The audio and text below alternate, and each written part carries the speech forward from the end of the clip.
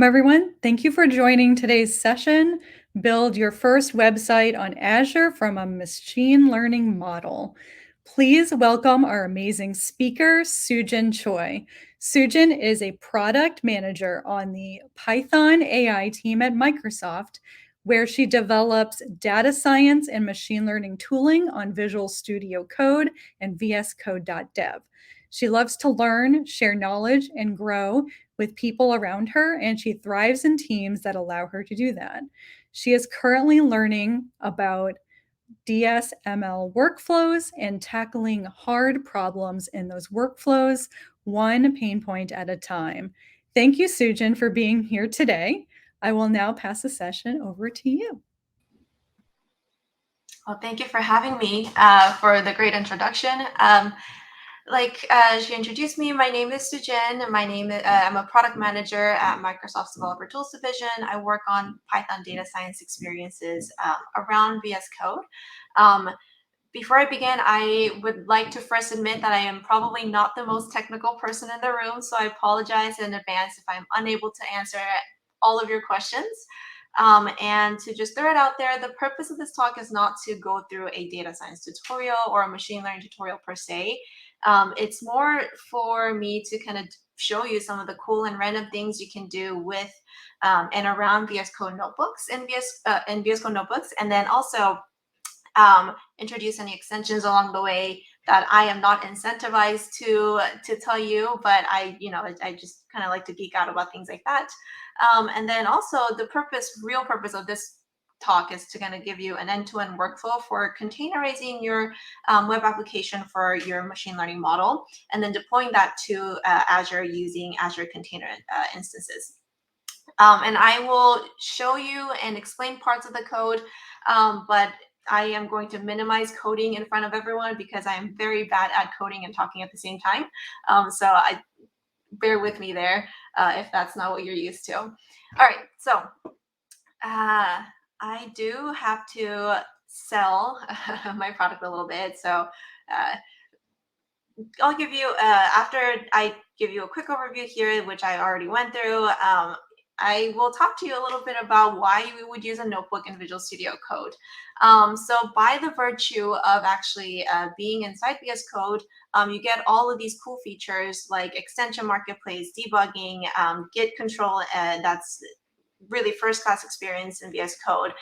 Same thing with auto completion, and suggestions, integrated terminal, all this kind of stuff, along with the Python support that we're really investing heavily in the developers tools division at Microsoft. We really want to bring that into some of the data science scenarios that we can support in the community through notebooks work, as well as some of the other data work that you can do inside Visual Studio Code. And we can get into a few of these as I demo the notebook experience in VS Code. And so, yeah, that's it. I will stop selling my product, but I might still do it as I kind of demo some of the stuff. All right. So in order to kind of talk about notebooks in Visual Studio Code, I have to start with how we're a little bit different from the norm. So the main steps here are listed that are relevant to kind of depicting the differences here. But it's probably not, very accurate of how you actually start your notebook, right? So in a typical workflow, what you would do is you would create your Python environment as your first step, probably activate that environment, and then open up your notebook. In Visual Studio Code, it's exactly the opposite. So what you would do is you would actually open up your notebook first, and let me show you that here. You would open up your notebook first, and then on the upper right hand corner you would this is called the Kernel Selector, and you would select whichever environment you would like to run your notebook in. And so here I will choose Wordle. That's the last one I used, so I'll just go ahead and use that one. And to be honest, I think this actually makes it pretty easy on the users because it's really easy to switch context between kernels. So if you were in one kernel and wanted to try out a different kernel, you don't have to shut down your notebook, activate another environment, and then relaunch your notebook again. You still have the context of your notebook, and then you just change your kernel based on whichever workflow you want to go ahead and work in. So essentially, this is also allows you to do something like remote kernel connections really easy. So this is, I don't have any remote kernel connections right now, but what you can do is Control-Shift-P to open up your command palette. And when you say Jupyter, specify Jupyter server connections, you can actually connect to any remote Jupyter servers using URL.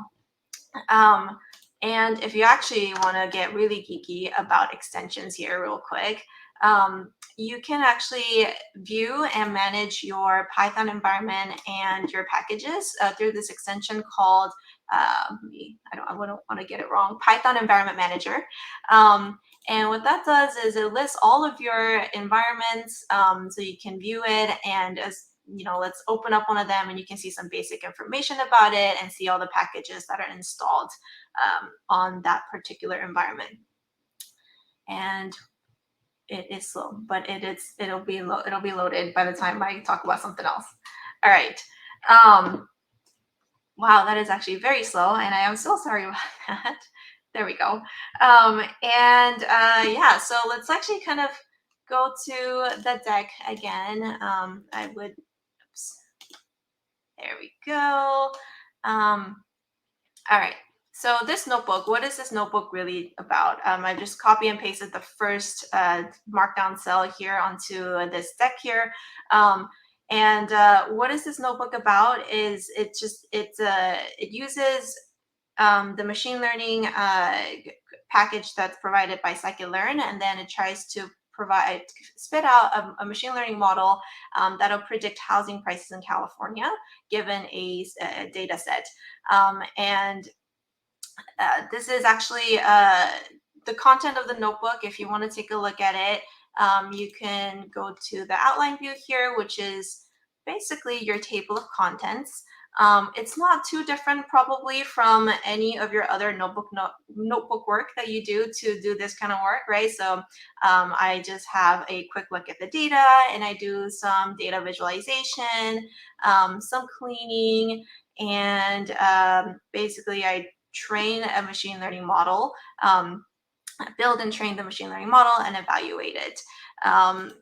And so after that, I export the machine learning model into a pickle file. And I want to say here, a lot of the contents in this notebook is actually attributed back to a book, Hands-on Machine Learning with Scikit-Learn, Keras, and TensorFlow. This is a very popular book in the ML world. So if you have seen a notebook very similar to this, you're not crazy. That's where it's from. A lot of this content is from that, but then some of them, we've added a few of the things in here that kind of made sense to us, and we wanted to explore a little bit more. So like I said, this is not about doing a data science or machine learning tutorial, so I won't go over the exact code of like how we did that, but just, an overview of the notebook here. All right. A cool thing here about Visual Studio Code notebook is, let's say that I run this first cell here. And let me unexpand that. Now I've just read in a data file into a data frame. And you have this button called variables. So what that does is it opens a variables explorer, which lists all the variables that are instantiated in your Jupyter kernel. And so, especially with things like data frame, you can actually go a little bit further into looking at your data or your variable by either clicking on this button here or double clicking on this variable itself. It opens up something called the data viewer. It's not actually too exciting in my opinion. Like I said, I've stopped selling my products, so I will be very honest from here on out. And so what this does here is it allows you to kind of look at your data frame as if you're looking at it from, I don't know, say Excel. And there's two basic things that you can do here. One is you can basically sort your data frame to kind of take a look at it, or you can do something like filter. something like that. That's kind of about it. There is more exciting things coming. It's called the Data Wrangler project that we're working on, where you can actually view your data. You can do alterations to your data frame using UI, and then export that as Python code so that you can copy and paste it into your notebook or what have you. So that's coming, but it's actually not in our product just yet. And then we also have debugging features, which actually goes really well hand in hand with this variables explorer here. So let me actually scroll down to where it might be a little bit more interesting, where I'm adding in a few more attributes to the data frame. And so I can open up this thing called Run by Line by clicking on a button here that pops up, or pressing F10 on your keyboard. And what that does is it kind of puts your notebook cell into a debugging mode. And so, oh, okay, never seen those before. Let me just X out of it and pretended like I didn't see that. Yeah, so what I would like you to kind of pay attention to is take a look at the size here. There are 10 attributes to this data frame, the original data frame, right? 10 columns, if you will. And then as I start adding these columns or attributes to the data frame, you can actually see that wow. Oh, okay, that's what that was about. But yeah, you can see the columns were being added as I ran each of the code line line by line. And then as I go more through the cell, you can actually see that the correlation matrix variable that was created is also appears here in the variables explorer. All right. And something that's pretty cool that is like literally hot off the press. The code went in like this week, and it's exciting for me because it's something that I've been waiting for, but it might not be exciting for you. Feature-wise, it's not like something huge, I guess. You weren't able to actually copy your image and paste it onto somewhere, but you can actually now copy your image by clicking on this button here, and then you can paste that image to your PowerPoint presentation or wherever you would like to paste your image to. So yeah, I'm very happy about that because it's a feature that we've been asked for a very, very long time. So I wanted to kind of give that a little shout out here. And yeah, whatever changes you make to your notebook here, I mean, you get your Git control. Obviously, I haven't made any changes. Let's just write a comment here. Hi. And you can see that appear in the source control tab. And in your notebook, if you do open changes, you can actually see the diff in a notebook format, so that you're looking at a side-by-side notebook rather than looking at JSON files to try to depict, try to understand what changed. I know that's been a pretty huge pain point as well. All right, and the next thing that I wanted to kind of show you is our export function, which leads to the next topic as well, which is interactive window. Normally, the export button here will show up in the line, but since I have this pretty big, it's kind of folded into this ...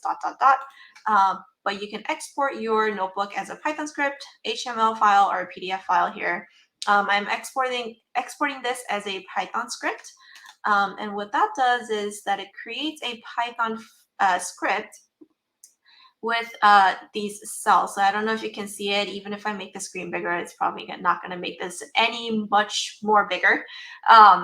And so you can actually treat parts of your Python cell as a notebook, or Python script as a notebook cell.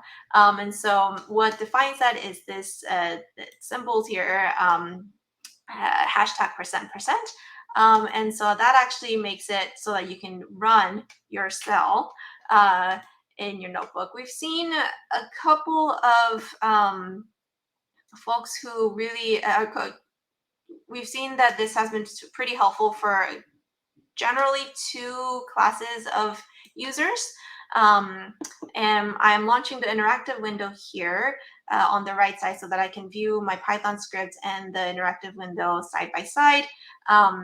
The two segments that I was talking about that we've seen useful is one, data scientists who usually work on notebooks, but they don't like messing up their notebooks a lot. They don't want to get too messy, and so they want to experiment with their code on the interactive window before putting it into a Python file, or they just kind of prefer working with a Python script instead of an PyMB file. What happened? All right. Sorry about that. What this essentially is it's a advanced REPL playground for Python, right? And I really view it as a Python terminal on steroids because you can do visualizations, you can run cells, you can play around with your data, like housing dot, I don't know, describe. Let me just type it in here. Can run your code that way. So it has a really cool use case for people who prefer to work with Python script, and then also the other segment of users that have been pretty helpful for using this interactive window we found was actually developers who don't do any data analysis or data sciencey stuff or machine learning stuff, but they just want to experiment with their code, and so we've seen that, but it's just we haven't had a lot of people who knew about this feature. So I try to talk about this whenever I go to conferences like this. All right, so that is it as far as the notebooks experiences go. Let me close out of that.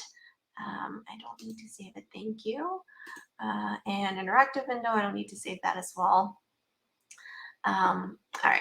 So we've gone through the interactive window, and let's actually get to the more interesting part of the talk, which is how do I create the machine learning web app, and then how do I containerize it and deploy it? And so I don't know if you remember earlier at the end of the notebook, what I did was I exported the model as a pickle file. And so we're going to work with that here. And what I used is Streamlit for creating the front end because, I mean, honestly, I cheated because I'm pretty lazy and I am also not very much, I don't have a lot of front end experience. Streamlit just makes it really easy for me to create that experience. And I realized that I actually didn't show you what the end result of that was. This is what we're creating here. I got way too excited to get into the talk.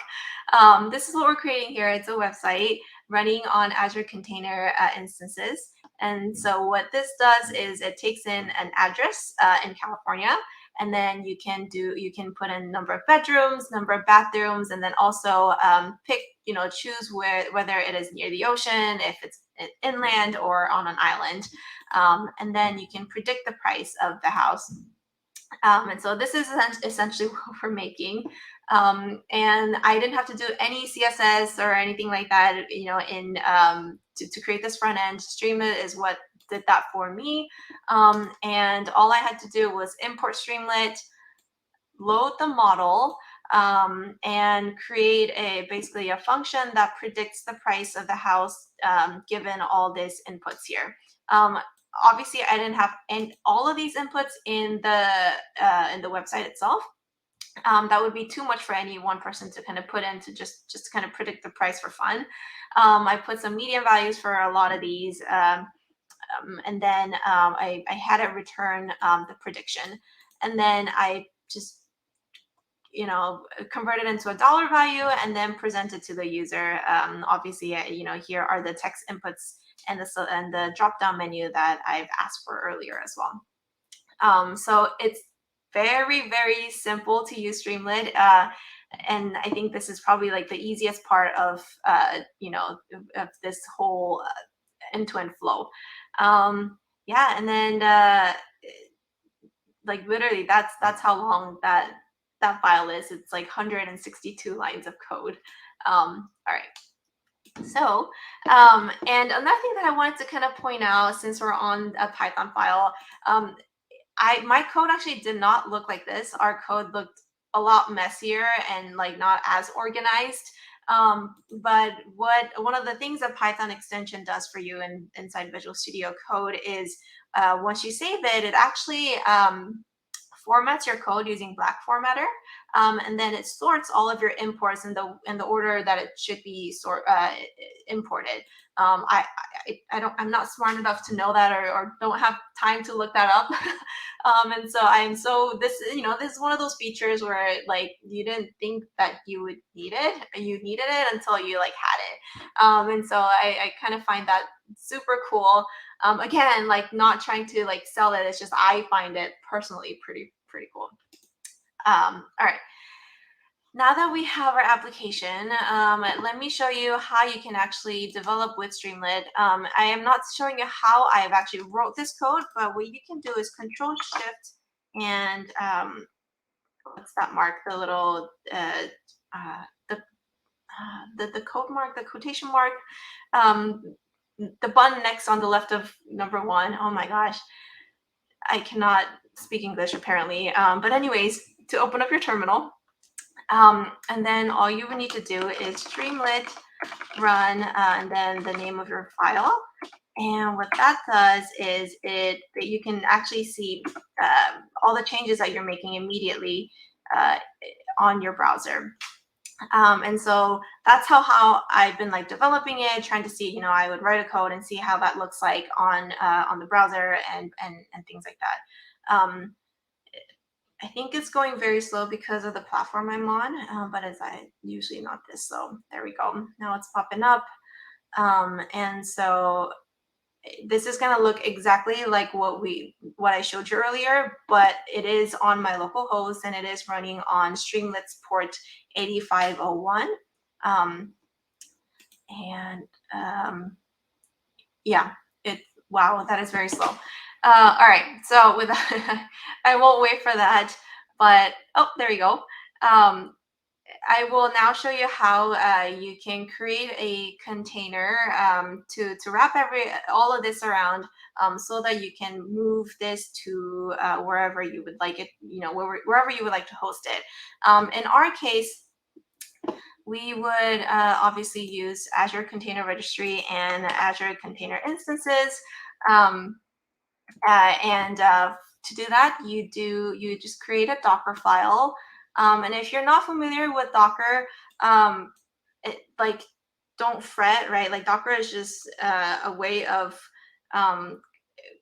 grouping all of the things that you need in order to deploy your web app, and then putting it into this little thing called a container so that you can put that and host it to a cloud resource, right?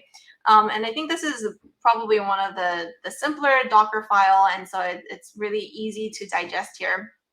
And so here I use MicroMamba as my base image to create the Docker file. If you look at it, it's Mamba.org, MicroMamba. Also, quick history of Mamba. It used to be like a thin wrapper around Conda, but it's now has rewritten Conda in C++ and has kind of become like a more efficient Conda. And I could have used mini Conda as the Docker image, but using the MicroMamba generally reduces the build time for me, and I feel that this is really like kind of ideal for fast building of like smaller Conda based containers. But totally up to you. You don't have to use MicroMamba. That's just what I used. And in here, I mean, I won't get too detailed into it. What I do is I basically just install a few things for the Linux-based server to be basically functional, and trust the host in the environment, right? And then I basically create a directory to run all of my code in. And here I am copying over my environment.yaml file, so my environment definition file from my current computer onto that container. And then installing all of those dependencies as listed on that file. And then I'm copying over my model and my actual application code itself. And then, I'm not copying over any of my notebook stuff. I don't need that for the container. I don't want to make it too heavy. I am copying over this bash script here called run sh. All it does is it literally tells the container to streamlit run app.py. It has a little bit of Nginx stuff in it. Let me show you what that bash file looks like, actually. Yep, Nginx, and then Streamlit run app.py. Like, very, very simple. And the reason why we have Nginx, I won't get too far into it, but I will show you what the code looks like. It's also a very simple Nginx configuration file. It's copy and pasteable. You don't need to do anything special to it if you wanted to try this at home. All it does is it literally reroutes the web traffic to Streamlit's port 8501. That's all it does, because that's what Streamlit uses, and so that's what we're doing here. And that's it as far as your Docker file goes, right? So that's all I did. And from here, you're going to create a container. And within VS Code, what you can do is you can right-click on your Docker file, and you can either build image locally or you can build image in Azure. Let's see. Oh, wait, sorry. I think I got a question here. Have you? Okay. Okay. I don't think it's there yet. All right. Okay. Sorry about that.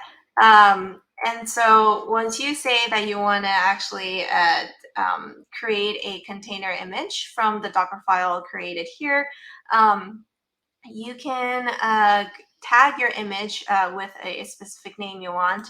I'll just do hello WBC for now, because I'm actually not going to run this.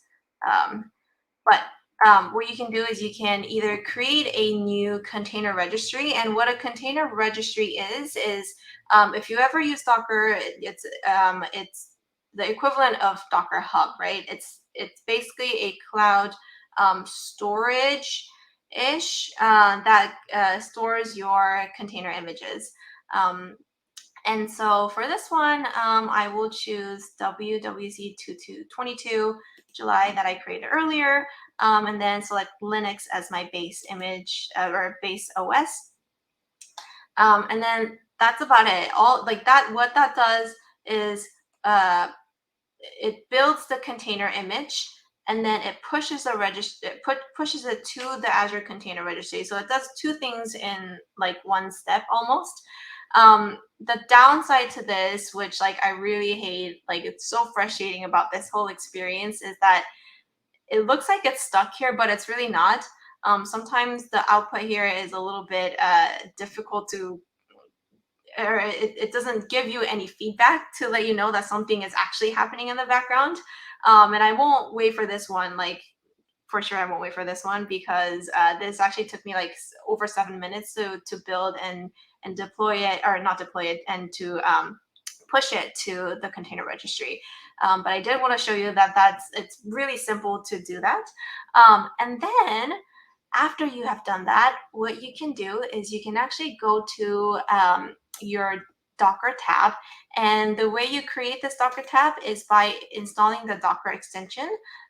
So the Docker extension can be installed through just searching it on the browser. Just say Docker VS Code, and then it's probably one of the first things that shows up. Or you can go directly to the extensions tab on VS Code, and you can say Docker, and then, oops. Oh, wow. I cannot spell it. See, I told you I'm really bad at typing and talking at the same time. And then you can install it from there. And so if you go to the Docker tab here, you can go to the registries, and I will expand the Azure one. And remember how I said you can also do this with Docker Hub. If you connect to the Docker Hub registry here by going to the connect option, that'll also, all the registries will also show up there. But we're not doing that. And you can select your subscription, and wherever you have created your container registry here, and look at that. you can actually see and browse through all the container images that are on your registry. So that's the one that I created about 9 hours ago. And so we will work at that, pretend that whatever we just did popped up here, because we just don't have time to wait for that, right? And then from there on, the final step is to deploy that container image as a web app using Azure Container Instances. And so why ACI, right? So there are several options to deploy your containerized web app, but ACI is actually the fastest and simplest way to run your container in Azure. And it's probably one of the cheapest. There's no need to provision VMs. You don't need to adopt a higher level service. Like if you're not planning to use services like orchestration solutions like Kubernetes, like you don't if you don't need that. And then it's really also cheaper than Azure App Services because ACI bills you only for the time the container is active. And app service bills you for the time that that web app exists. And so it's really ideal for side projects like this, especially if you're okay with the downtime when you're upgrading your deployment, if you will, if you ever will, if you are going to do that. There is a doc that helps you to kind of choose the right Azure compute service for your needs, and I will link that to the link that I will be sharing at the end of the session here. But yeah, so that's why we're using ACI here. And to do that, I will show you the misleading way to not do it, is to right click on your image and then going to deploy image to Azure Container Instances. Do not do that for this one. It is actually not ideal for containers web apps because it deploys individual containers without a public IP address or a domain name. And so nobody can really access it. So we're going to do it the hard way and create a deployment.yaml file here in your repo. And it's basically a deployment configuration file. This is also very simple. You just define your name, the location of where you want your ACI to be, and then where your image lives in your container registry. And then you give it your username and password for that container registry. And I am exposing myself to the world when I do this, but that's okay. I will probably delete this resource anyways after this talk. But the way you get this, there's two commands to do it. One is the first is to enable admin mode for your for ACR, and then you just say you want to show you want the Azure CLI to show you the username and the password for ACR. I will actually put this into the link that I will share at the end, just because I think we're running out of time. I won't actually do that, but that's how I got the username and password. Everything else, you're basically saying I want HTTP and HTTPS. Although there is one more step that you need to do to enable HTTPS. I haven't done that, so you can't really do that right now.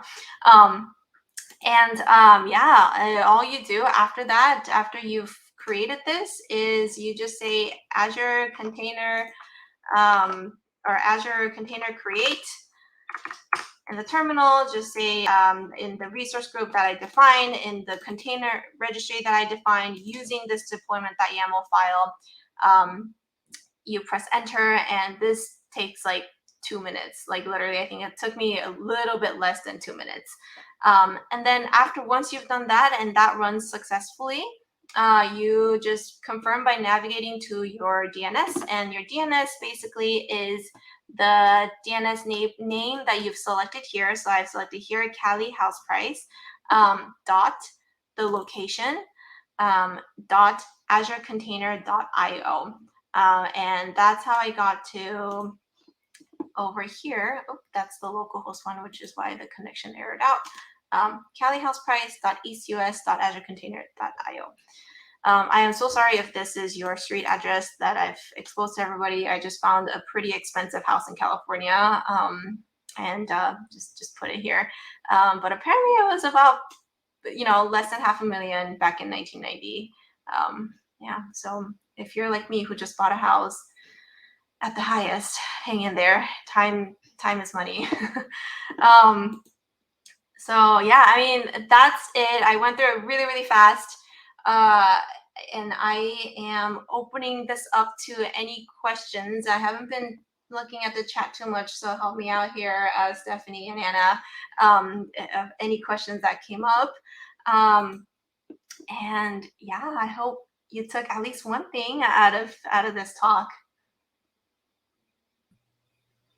Wonderful. Thank you, Soojin, for presenting on building a website on Azure from a machine learning model. This was an amazing talk, and I think everyone learned a lot. I think we are waiting at the moment for questions. Maybe if you could, while we're waiting for some questions to come in, let us know how can we reach you if we have any questions after this talk. Yeah, for sure. Actually, if you don't mind sharing my screen one more time, I will post this up here.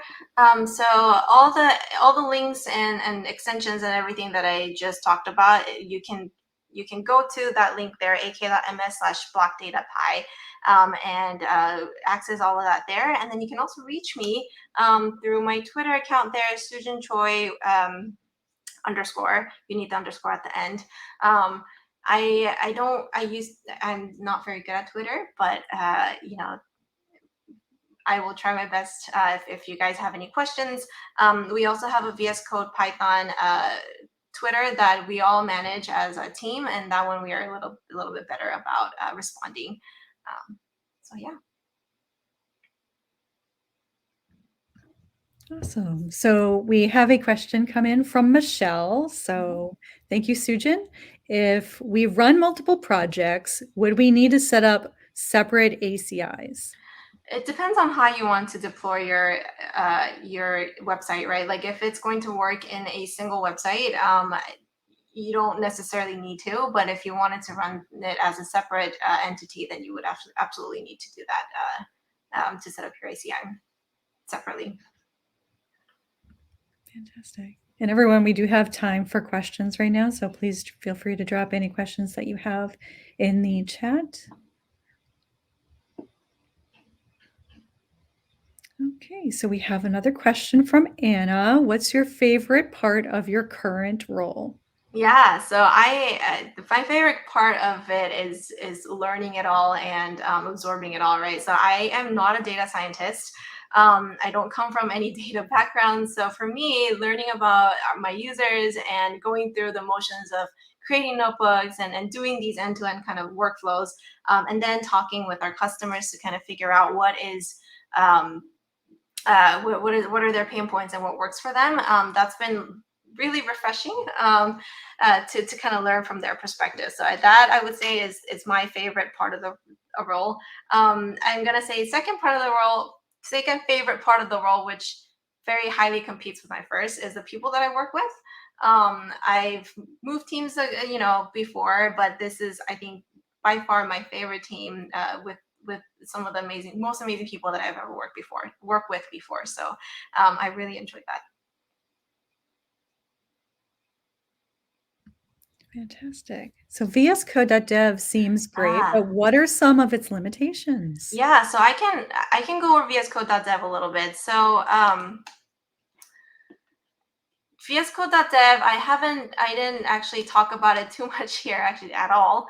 vscode.dev is a browser, basically VS Code in the browser. So if you navigate to vscode.dev,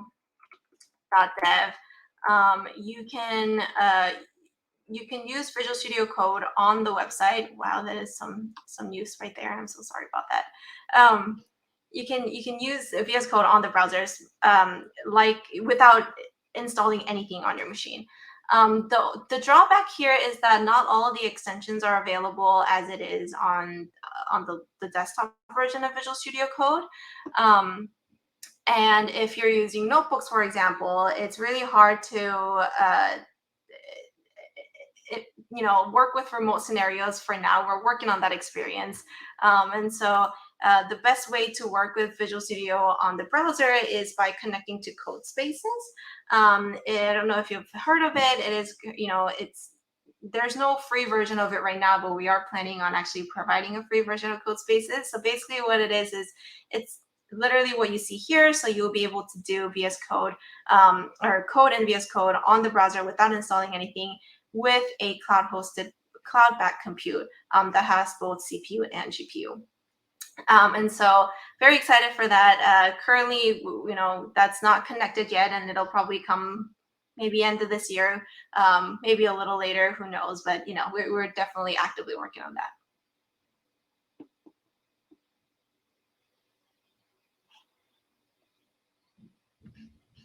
Okay, so where or how would I give feedback about my experiences VS Code or vscode.dev? Yeah, absolutely. So we develop in the open source. So both the Visual Studio Code, the core functionalities, as well as all of the other extensions that are owned by Microsoft. Okay, now maybe not all of it, but most of the ones that I mentioned today, we develop in the open source. And so we take community feedback very, very seriously. So if you go to any of our GitHub and file issues there, that's how we really love to collect feedback. So if you go to github.com/Microsoft/VS Code, or for notebooks related experiences, you can do /Jupyter. Let me make sure. Hold on. github.com/Microsoft VS Code-Jupyter. That's another one. And so if you're unsure, just go to either one of them and then file an issue to give us feedback about a bug or any other things that you would like to see in the product. And then we will reroute that to whichever team would work, would make most sense. Fantastic. Thank you so much. So we have a question from Karen in our audience. What was your background and how did you get into your current role? Yeah, it's a very different question. My background is so school-wise, I graduated from University of Washington with informatics degree, but I would say I had a little bit of quote-unquote professional experience in the Army, and so I've done a little bit of that, and then I came back doing some techie stuff, and so I have a little bit of unique background there. So that's that's kind of my background, and in terms of how I got into my current role, I applied and interviewed like everybody else, and started working there, working at Microsoft about 4 years ago. So, and I'm still here. That's amazing. Do we have any other questions?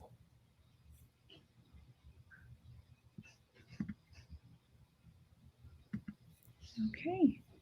Well, I think that's all the questions that we have. So I want to give a big thank you to Soojin for your time today and for your amazing talk. And there was a lot of positive comments in the chat, so feel free to go back and read those afterwards. A lot of positivity. I want to thank everyone so much for joining this session and being a spectacular audience. We are getting ready to start our next round of sessions, so please join those and also check out the networking feature in Expo if you haven't done that already.